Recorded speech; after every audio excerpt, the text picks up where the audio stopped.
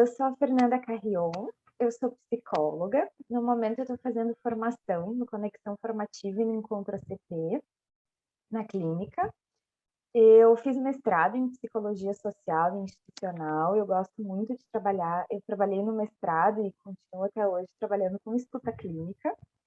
Eu pensei, nossa, esse recorte não pode ficar de fora. A gente tem que encontrar pessoas incríveis, duas mulheres incríveis, que também possam falar sobre minorias, também possam falar sobre estar fora da norma e como é que a ACP pode, de alguma forma, abraçar e escutar essas pessoas. Então, a Márcia e o André, escolhemos vocês duas com muito carinho, para a gente pensar um pouquinho de o que é ser uma minoria política, como é que a gente escuta, como é que atualiza a escuta clínica, como acompanhar alguém na sua experiência, sem fazer uma violência, sem fazer uma vitimização, mas estar junto dentro do tom que a pessoa gostaria de dar, dentro do consultório, dentro da clínica e em outros espaços, e se tem um diálogo com a ACP, né? Se esse tema político contemporâneo tem um diálogo nesse sentido.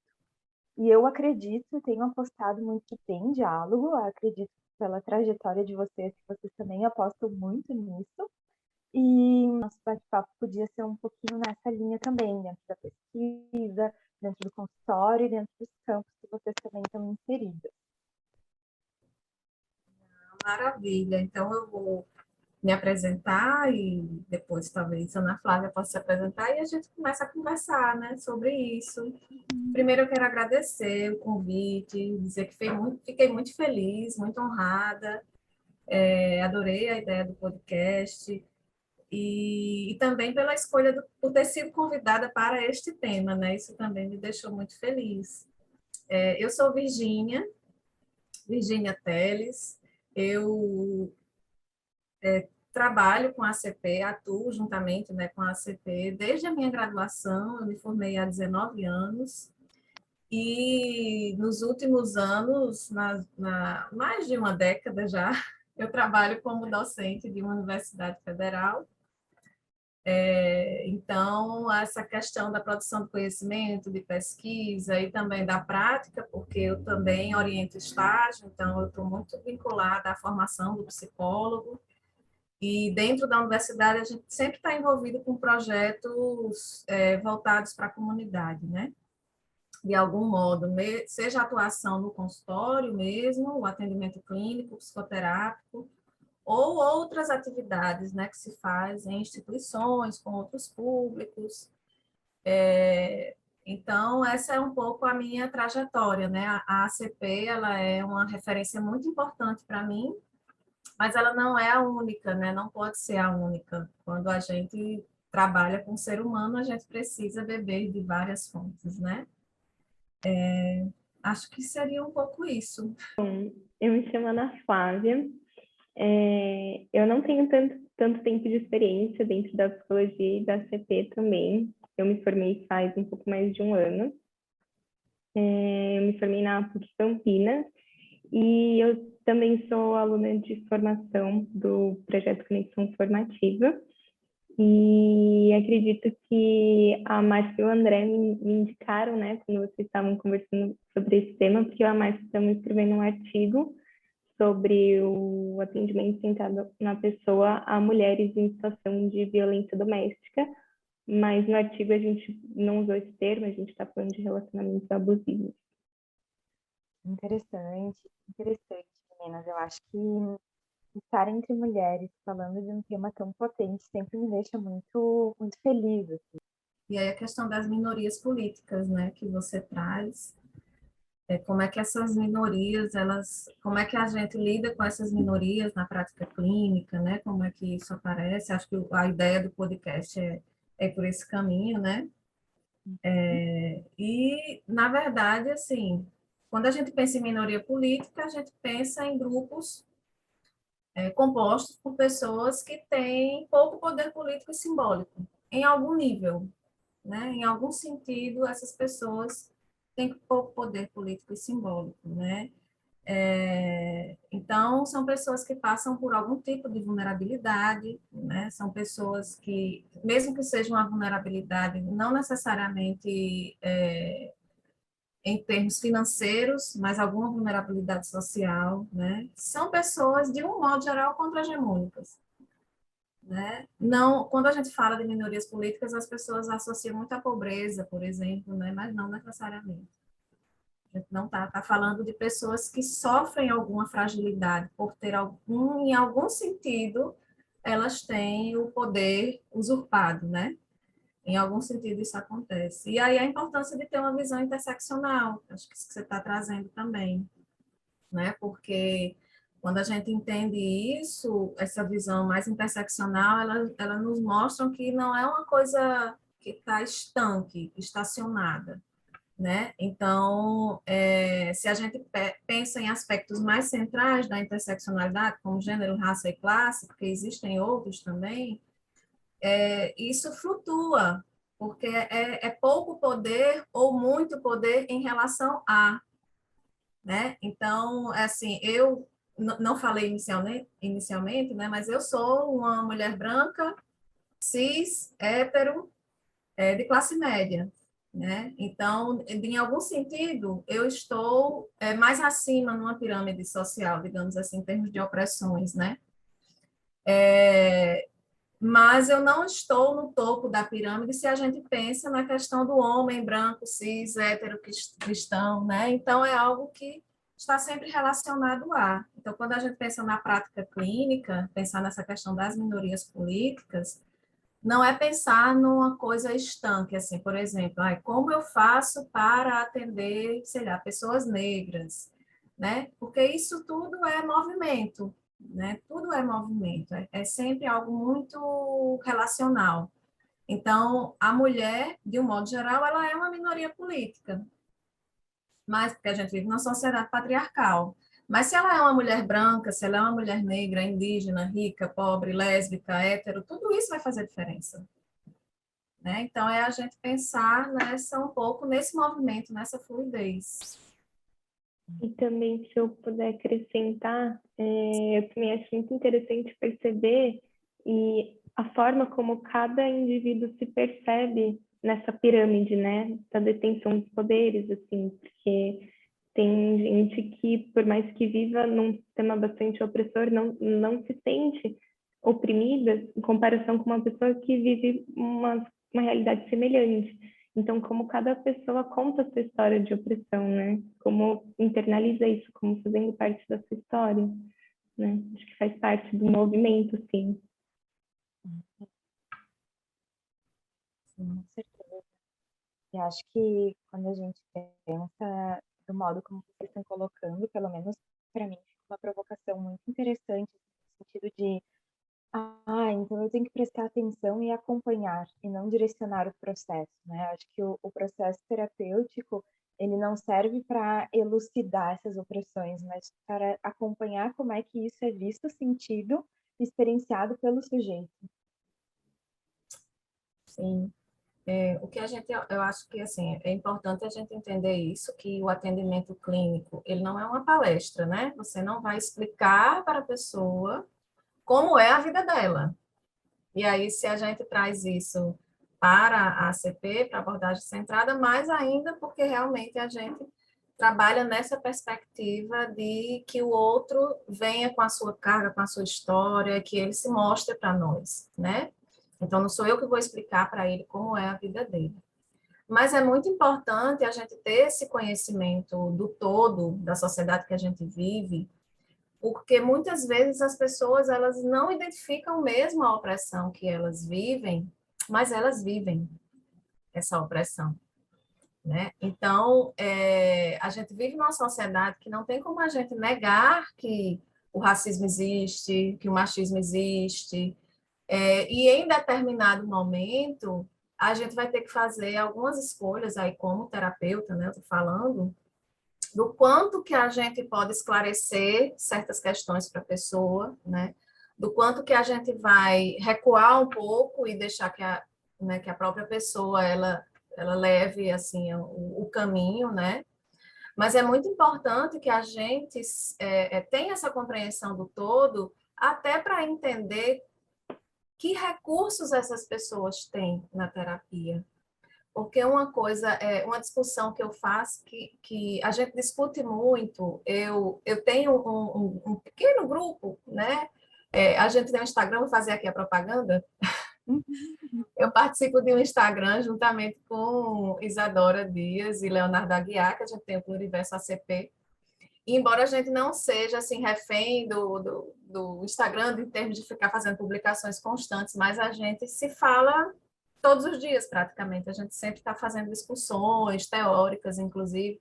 E uma coisa que interessa muito a Isadora, por exemplo, no momento, ela nos puxa muito para isso, é o que são de fato os recursos que as pessoas têm, porque a gente se coloca muito como facilitador, né? Na ACP a gente se coloca muito como facilitador. A própria pessoa, ela tem recursos, a gente sabe que ela tem. Mas isso pode variar muito a depender da escala de opressão que ela sofre, os recursos, né, que ela tem. Então, a gente precisa ter esse conhecimento até mesmo para compreender como a gente pode facilitar esse recurso do outro, né? Porque às vezes ela pode ser uma mulher negra, por exemplo, dando exemplo da vida real, né? Coisas que acontecem, que eu acho que para quem está escutando facilita, né? Uma mulher negra que está em processo de desenvolvimento da sua identidade racial e que ela começa a descobrir que ela sofre racismo. Mas é muito doloroso para ela, por exemplo, perceber que ela sofre racismo vindo do próprio parceiro ou da própria família. Então, a gente precisa compreender que esse racismo existe. Aparentemente, pelo que ela nos relata, ele acontece dentro da família, mas como é que a gente pode facilitar esse recurso com essa pessoa? Então, eu não vou explicar para ela, olha, você sofre racismo dentro da sua família, né?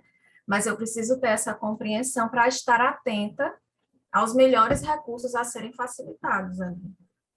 Então, por isso que a gente precisa ter essa visão, porque mesmo a pessoa, às vezes, não tendo consciência da vivência, pelo relato, a gente tem uma outra compreensão da vivência que ela nos traz, né? E também puxando um pouquinho para a questão da congruência, né, do terapeuta, acho que para nossa própria formação, no sentido da nossa autorreflexão, a reflexão na nossa própria prática, é importante que a gente sempre esteja aprendendo, né, escutando o que as pessoas têm para falar, para a gente também ir formando a nossa identidade, a nossa congruência, e até, acho que também puxando para a gente entender qual é a nossa real disponibilidade de atender aquela pessoa, né? Aquele tipo de demanda, para a gente entender nossos limites também, né? Como terapeuta e pensar em ações éticas, né? Serem seguidas. Isso, acho que um ponto fundamental que Ana Flávia traz é que talvez um elemento inicial, né, disso tudo, para a gente pensar assim, nesse processo de atendimento clínico a minorias políticas, a gente nunca vai poder deixar de refletir quem somos nós, né? Quando a Ana Flávia traz a congruência, né, é a gente parar mesmo a vida, né? Fazer a nossa terapia também, se for necessário, né, para entender quem somos nós. Nessa sociedade que a gente vive, o que é que significa ser uma mulher branca? Né? Que tipo de opressões eu sofro? Que tipo de opressões eu também reproduzo? E eu reproduzo, eu não preciso da intenção para reproduzir, isso precisa ficar muito claro para as pessoas, acho que principalmente para as pessoas da ACP até, porque se fala muito em disponibilidade para o outro, em abertura para o outro, mas a gente também reproduz opressões, discriminações, preconceitos, sem a intenção, né? E quanto mais consciência a gente tiver de quem a gente é, a gente pode evitar situações como essa, ter uma maior clareza, inclusive se colocar na relação de uma forma muito diferente do que uma pessoa que aparentemente é neutra, porque é psicóloga, né? E vai estar ali disponível para escuta e nada vai acontecer além disso. Porque é como se a gente estivesse acima do bem e do mal, né? E essa neutralidade, ela não existe, porque é uma relação, né? Então, assim, existe um impacto de uma mulher negra ser atendida por uma mulher branca. Pode ser um impacto maior, pode ser um impacto menor, né? Depende muito de quanto essa questão racial é importante para a pessoa que está sendo atendida. Mas não dá para a gente negar que não há impacto nenhum, não faz diferença nenhuma. Inclusive, existem pesquisas muito antigas até, que comprovam essa questão da diferença interracial no atendimento clínico, que realmente tem um impacto, não inviabiliza, mas existe um impacto. Então, acho que um ponto muito importante, esse, que é da congruência, né, que a Ana Flávia traz, é a gente estar sempre pensando assim, quem sou eu nessa sociedade que a gente vive, né? Quem é esse outro? O que é que ele sabe dele mesmo? O que é que ele me traz, né? E quem somos nós? Porque aí nessa relação, né? Como é que essa relação vai se constituir? Né? Eu, mulher branca, com, por exemplo, uma mulher negra. Como é que essa relação se constitui? Eu, mulher branca, com outro homem branco. Então, tenho ele e tenho nós. Né? Então, é importante que a gente nunca deixe de refletir quem somos nós, porque a gente não encontra uma resposta final, né? Essa resposta ela não tem fim. E sempre a gente vai estar descobrindo, talvez, novas opressões, inclusive. Né? É uma estrada que não tem fim. Uhum. Acho que até para a gente entender qual é a relação de poder dentro da relação, né? Porque por mais que na CP a gente trabalhe com essa ideia, né, de pessoa para pessoa, é inegável que a terapia em si é uma instituição, né, que segue suas normas e que no conhecimento popular, assim, o terapeuta ele é sempre visto como aquele detentor do poder, né, aquele, tipo, que vai te tratar os seus problemas, então é uma relação que por si só já é desigual, por mais que a gente tente igualar ela, sempre vai ter uma relação de poder. Então, pesquisando, né, para escrever o artigo que eu comentei, eu me deparei com essa problemática e desde então eu tenho refletido muito sobre isso, né? Como o que eu falo pode ser que chegue para outra pessoa, né? Que para mim pode ser uma coisa, né? Tipo, ok, mas com as perspectivas e as vivências da outra pessoa, com essa própria relação de poder, como que isso chega para ela? Não sei se faz sentido para vocês, mas é uma coisa que tem me provocado bastante, assim, ultimamente. Sim, faz bastante, porque a questão do poder, ela sempre esteve presente na ACP, né? Porque quando o Rogers propõe a terapia não diretiva, lá no começo, antes de virar centrada no cliente, antes de virar ACP, ele propõe exatamente a abertura que o terapeuta abra mão do poder do especialista. Então, a ACP, né, hoje como a gente conhece, ela tem essa base de uma busca de uma horizontalidade da relação. Então, o poder, ele sempre foi pautado pela ACP. Agora, talvez o que a gente precise fazer hoje é ampliar essa visão de poder, né? Ampliar a visão do que é política também, dentro da ACP, porque ele coloca essa inversão, né? Ou tirar o poder da mão do especialista, porque ele está fazendo uma crítica, na verdade, ao modelo biomédico. Né? Ele vai bater de frente com os médicos, com os psiquiatras, mas ele parecia ignorar ou não levou tanto em consideração, né, as outras relações de poder, as diversas outras relações de poder que existem na sociedade e que também estão ali presentes na relação terapêutica. Né? Então, abrir mão do poder do especialista não significa que a gente vai abrir mão de uma série de outros poderes, inclusive porque eu não detenho o poder sobre mim, né? Então, assim, eu como mulher branca, eu não posso abrir mão do meu poder como mulher branca. Isso está em mim, né? Eu tenho que saber como mediar, talvez, né? Como eu consigo equilibrar, como eu consigo trazer uma maior equidade ali dentro da relação, mas eu não vou deixar de ser uma mulher branca. Não, é importante que isso, né, que você traz também, Ana Flávia. Achei Não super dá pra... importante. Desculpa. Não, eu que peço, pode ficar à vontade. Só ia fazer uma reflexão, né, que eu estava pensando enquanto a Virginia estava falando que não dá para a gente simplesmente assumir que a gente vai agir e a outra pessoa também, independente da estrutura social, né, que a gente nasceu, foi criado. Exatamente. E também do nosso posicionamento ético e político, né? Porque, por exemplo, se eu sou uma pessoa que flerta com o fascismo, eu vou me ver como uma mulher branca de uma forma. Se eu sou uma pessoa que luto ou defendo a democracia e a justiça social, eu vou me ver como uma mulher branca de uma outra forma. Né? Então, não é apenas aquilo que a gente é, né, dentro da estrutura social, mas como a gente se compreende também dentro dessa estrutura. Uhum.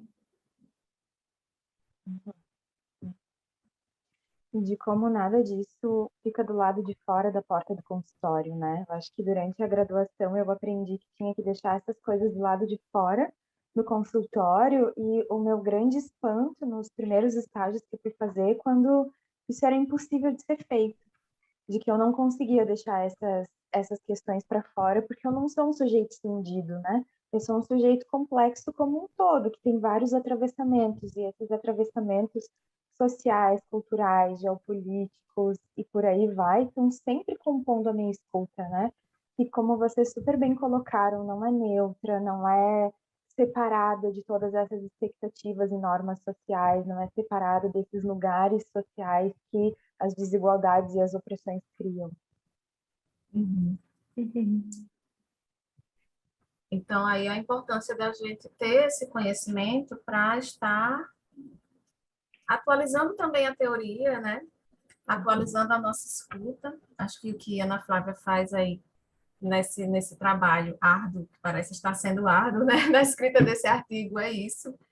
É uma necessidade de atualização da teoria, né? Que caminha junto com essa necessidade de atualização da escuta, porque a gente precisa dar respostas para o mundo que a gente vive, né? Na verdade, Rogers, ele tentou dar respostas para o mundo que ele vivia, né? E a gente não pode achar que lá estão as respostas para o mundo que a gente vive hoje, né? Não tem como. E uma coisa que eu costumo falar, já falei algumas vezes, é que assim, quanto mais a gente situa, na verdade, um autor, menos a gente faz cobranças de coisas que ele não poderia dar mesmo. Né? Então, se você coloca Rogers como um homem branco estadunidense, de classe média, que viveu naquela época, né, ali, começou a criar a CPI anos 40, né, e faleceu na década de 90, então, assim, quando você situa no tempo e no espaço, há questões que ele não poderia ter respondido, e há questões que ele não respondeu pelo fato de ele ser um homem branco, hétero, né, de classe média mesmo, ele não responderia, ele não veria isso. Né? Talvez ele tivesse ali com o pacto narcísico da branquitude mesmo, para não ver determinadas coisas. Né? Então, quanto mais a gente situa o autor também, eu acho que a gente se liberta para poder fazer essas atualizações, né? O que impacta diretamente na nossa postura dentro da atuação clínica.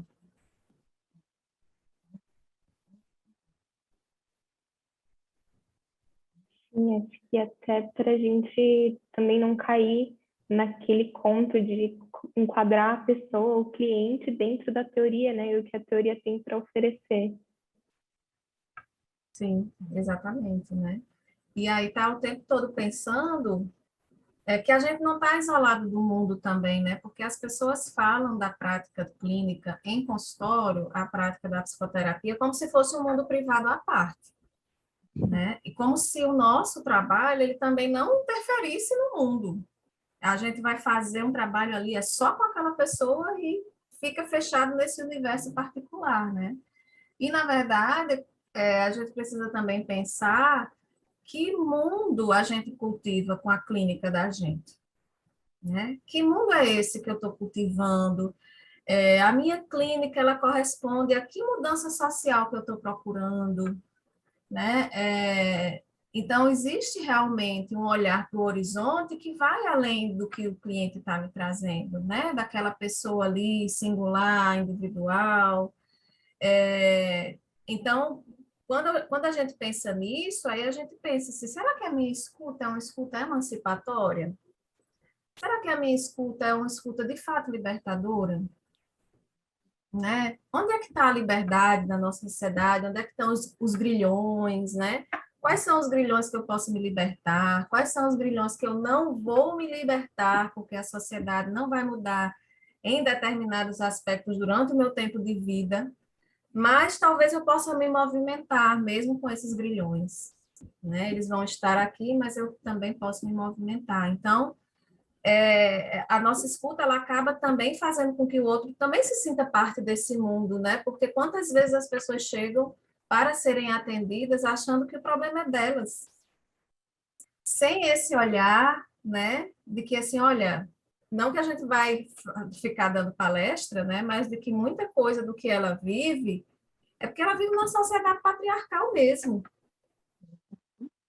né? Então, assim, não é a culpa, né, dela estar vivendo determinadas situações, né? Ela vive, de fato, uma sociedade patriarcal. Então, olhar para isso é muito diferente de você realmente olhar só para a pessoa, né? Eu vou dar um exemplo, tem um exemplo que eu gosto de dar, eu já dei até em outro podcast, vou me repetir aqui. Mas é porque eu gosto muito desse exemplo, eu queria até escrever sobre isso. De uma mulher que procurou atendimento, uma mulher na faixa etária por volta dos 40 anos, ela procurou atendimento porque ela estava tendo muita crise de ansiedade. Quem não, né? Então, crise de ansiedade hoje é o que chega em todos os lugares. Então, ela estava tendo muita crise de ansiedade, já vinha encaminhada do psiquiatra, né? Já vinha medicalizada, mas quando ela vai contar a vida dela, falar da vida dela, é aquela contação, aquela narrativa assim, a minha vida é normal. Eu não sei porque eu tenho crise de ansiedade, porque a minha vida é normal. Então, uma mulher casada, sem filhos, que tem contato com a família, mora distante da família, mas tem muito contato com eles, não trabalha fora de casa, o marido é o provedor, ela vive ali muita rotina doméstica mesmo, né? E ela se vê tendo crise de ansiedade e ela diz, eu não sei por quê, porque minha vida é normal, né? E aí, ao longo do processo, ela vai descobrindo o excesso de normalidade da vida dela, né, por uma sociedade machista, patriarcal, em que ela, de fato, não se sentia mais ela mesma. Ela não conseguia fazer a própria comida, porque ela pensava que ela que ia ter que lavar a louça depois, então eu não vou comer. E com isso ela começou a ter uma série de prejuízos da saúde mesmo, né, também. Tinha muitos problemas para dormir, então, era um marido que tinha algum trabalho, não me lembro qual, que precisava trabalhar de madrugada, e ela acordava, ia deixar o marido na porta, e às vezes um questionamento assim, mas você realmente precisa, né, deixar ele na porta? Você que tem problemas para dormir, você precisa deixar o seu marido na porta? Então, não é que a gente vai falar para a pessoa assim, olha, o seu casamento é um grande problema na sua vida. Não é isso, né? Mas ela começa a perceber o quanto o cuidado, que é uma das coisas... eu gosto muito de uma autora, Valesca Zanello, que fala de gênero e saúde mental, né? E que, como ela coloca o cuidado como um dispositivo que também nos adoece, né? As mulheres, elas se tornam as responsáveis pelo cuidado. Então, a responsabilidade, a forma como ela assumiu o cuidado do marido, da família, que nem morava com ela, mas que ela estava constantemente disponível para todos, estava adoecendo ela, né? Então, uma linha tênue aí que coloca assim o cuidado quando a gente ultrapassa essa linha, ele também pode ser adoecedor. Mas a gente só consegue escutar isso se a gente conhece um pouco do que é ser mulher. Senão a gente para na crise de ansiedade, fica escutando aquela mulher dizer que não tem nada na vida dela acontecendo e acha que assim a terapia não vai para frente, né? Então, quando você começa a ter uma escuta assim, não, peraí, mas o que é ser mulher? O que é esse nada? Como é a sua vida? Me fala, né? E isso é só uma leitura, de fato, mais social, né? Do que é ser mulher na sociedade de hoje, é que nos traz. Esse é um exemplo prático, né, de uma escuta que seja emancipatória. E aí eu tenho um final feliz para contar dessa história, porque é bom ter finais felizes, né? Nesse processo, essa mulher especificamente, ela começou a se reconhecer como alguém com individualidade, com singularidade, que também precisava de cuidados. Né? E ela começou a se cuidar bastante. Foi um processo muito bonito mesmo. Começou a se cuidar, a se diferenciar, né, da família, do marido, desses cuidados. Chegando a se dar alta, né, entre aspas, a gente não fala bem alta, mas para as pessoas escutarem e entenderem, né, ela mesma encerrou o processo da psicoterapia dela. Foi um processo muito bonito. E que começou muito angustiante, porque era isso, eu não tenho nada para falar. Eu só sei que eu tenho crise de ansiedade.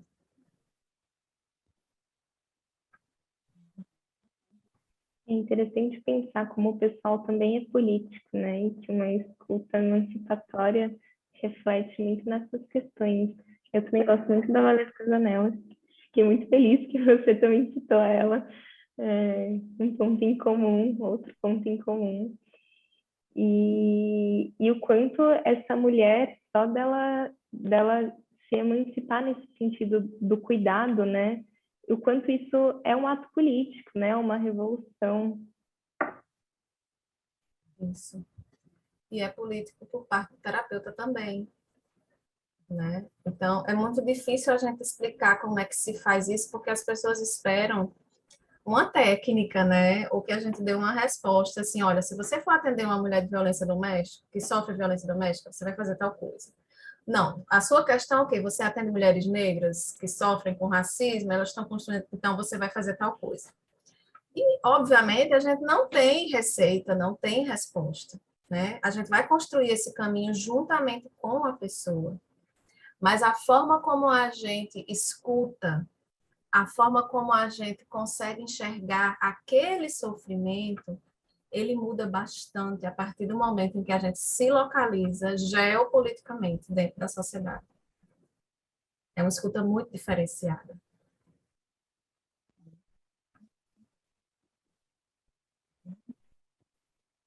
Tem algumas pausas dramáticas assim no podcast, né, minha gente? É uma pausa dramática. Polêmica. Eu estava ouvindo vocês e pensando nessa construção dessa subjetividade, como a gente já foi chamada, enquanto mulheres, assim, pela psicologia hegemônica de tantas coisas. A gente já foi o avesso do homem, a gente já foi o incompleto, a gente já foi tanta coisa. E hoje em dia, eu acho que tanta coisa assim que eu digo pejorativa e que marcava uma falta e que marcava uma histeria e que marcava uma loucura e que marcava algo a ser tratado. Eu acho que quando a gente pode falar de mulheres que chegam e a gente não está interessado em olhar para essa crise de ansiedade como sendo algo fechado em si, né? Como algo olhando para o sintoma como se ele fosse o objetivo terapêutico, mas sim essa construção de si.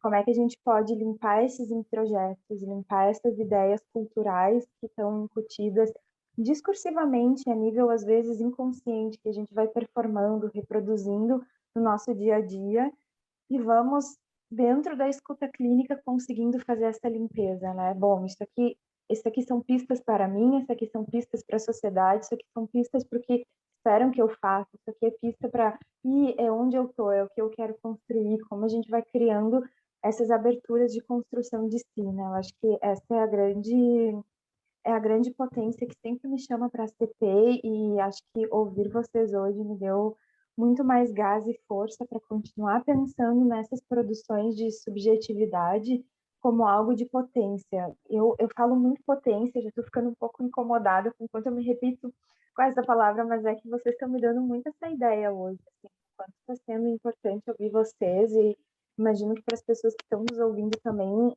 vai ficar algo de muito importante, assim, que fica, que é onde é que eu tô? Eu acho que a CP é um convite para a gente se olhar e se provocar e se compreender e se posicionar, né? Eu acho que é um posicionamento, acho que a gente está falando de algo, de um movimento que é político, que é pessoal, como a Ana Flávia trouxe, que não tem essa distinção. Acho que vocês estão defendendo também uma ideia de um jeito muito importante, que não tem como separar esse pessoal político, profissional e ativista, é tudo imbricado, é tudo junto, tudo interseccional, criado, e que muitas vezes a gente não sabe onde um começa, onde o outro termina, mas que é importante ter essa consciência de onde é que eu tô, de que lugar eu tô falando, de que lugar eu tô escutando, e de que lugar essa pessoa tá falando, e de que lugar ela pode me escutar também. Isso mesmo. Né? Que bom que a palavra potência é uma palavra que está surgindo para você a partir desse encontro, né? Eu acho que porque falar desse tema, tudo ligado a essa temática de um modo geral, assim, é uma região tão árida, né? Às vezes a gente se sente exatamente impotente, né? Então, talvez a Ana Flávia, né, que trabalhe com essa questão da violência mais explícita, né? As mulheres que são vítimas de violência doméstica, a violência que chega de fato, né, ao corpo, e é tão árido lidar com essas questões assim. Mas o clima talvez não precise ser desértico, né? Porque o que faz muita diferença são essas trocas, são as parcerias, é a partilha, é a gente ver que existe um olhar sendo construído hoje na atualidade, dentro da abordagem. E a gente não se sentir só, não se sentir assim, será que eu estou maluca pensando nessas coisas, né? Então, encontros como esse que a gente está vivendo aqui agora, né? Eu, dentro lá do Pluriverso ACP, que eu tenho meus companheiros de jornada, que a gente divide muita coisa, muitas angústias com a ACP, né? Mas aí o clima ele não fica mais desértico, né? E aí você vê a possibilidade de talvez regar, né? E fazer algo florescer também. E acho que o que você trouxe no começo de beber de outras fontes também, né? Se o que a SCP está trazendo não te contempla, então vamos beber em outras fontes. E aí, a hora que a gente tiver a nossa própria ideia, né? O que a gente formou disso tudo que a gente bebeu, como que a gente vai trazer isso para a SCP? E assim, é importante também uma coisa que eu não tenho orgulho de dizer, né? Mas assim, a produção brasileira, talvez pela forma como a nossa própria estrutura social ela vem se construindo, né? Por exemplo, a questão do racismo aqui no Brasil, ele é muito diferente do racismo nos Estados Unidos, né? Então, o fato da gente viver o mito da democracia racial aqui nos diferencia bastante da forma como as pessoas viviam o racismo lá.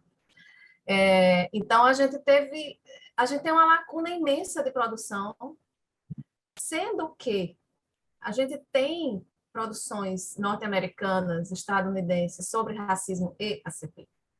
Então, o que nos fez até hoje não importar, nem que fosse importar o negócio pronto, assim, a colonização mesmo, o conhecimento, sabe? O que é que nos fez silenciar completamente, nem para trazer as coisas que estão sendo discutidas lá fora, aqui para o Brasil, né? Então, de fato, a gente precisa refletir isso. Para onde é que a gente está indo, né? Porque muita coisa já foi feita lá fora, a gente não está inventando a roda, né? Mas, quando a gente pensa na estrutura social brasileira, né? Eu tenho certeza que a forma como as mulheres vivenciam a violência aqui, por exemplo, é diferente da forma como elas vivenciam lá, né? Então, existem especificidades culturais. Então, para isso, somos nós mesmos que temos que dar essas respostas, né? Tem uma frase que eu gosto muito, que é de uma tribo indígena norte-americana, inclusive, mas eu não lembro o nome, em que ela fala, né? Nós somos quem nós estávamos esperando, né? Somos nós mesmos. Eu senti um pouco de falta de como é que eu encontro a Ana Flávia nas redes sociais, que a Virgínia já trouxe, que a gente pode encontrar ela pelo Universo CP.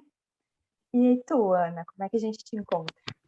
Um e-mail é anaflaviacanavese, com SE no final, @gmail.com.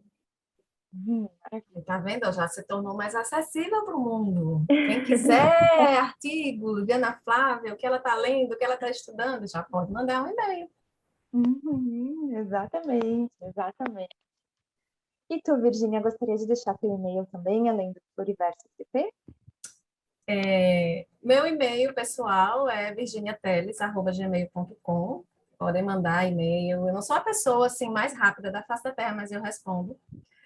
E temos também o que eu já coloquei aqui, que é o perfil do Pluriverso ACP, que sou eu, Isadora e Leonardo. A gente não publica com a frequência que gostaria, mas a gente é muito atuante entre nós, né, para fazer várias discussões. A gente também está com o projeto de um podcast, a gente já fez até alguns episódios. Não sabe quando lança ainda, porque a gente quer ter um volume maior, né? E a conciliação de agendas é uma coisa incrível, né, para se fazer isso. Mas, assim, hoje eu acho que eu consigo me sentir mais pertencente à CP também por causa do Pluriverso, né? Então, essa coisa da partilha, da companhia, né, da troca, realmente é muito potente, para usar a palavra de Fernanda, né? Traz muita potência. Com certeza. Gurias, eu não tenho como agradecer vocês por terem vindo aqui hoje. Me faltam palavras. Sobra muito afeto, sobra muito transborda, na verdade. Assim, muita gratidão. Estou me sentindo muito forte, assim, como tenho encontrado um cardume muito forte. Estamos juntas, sempre. Sempre que precisarem e quiserem, só mandar um grito. É isso, eu agradeço também o convite, adorei conhecer vocês duas, né? Já sei outras pessoas a quem recorrer, né? Que têm um olhar, talvez, para o mesmo horizonte, então é muito bom. Muito obrigada. Também agradeço muito. Para mim é um privilégio poder ter trocas tão boas, intensas e provocantes com mulheres tão incríveis. Muito obrigada.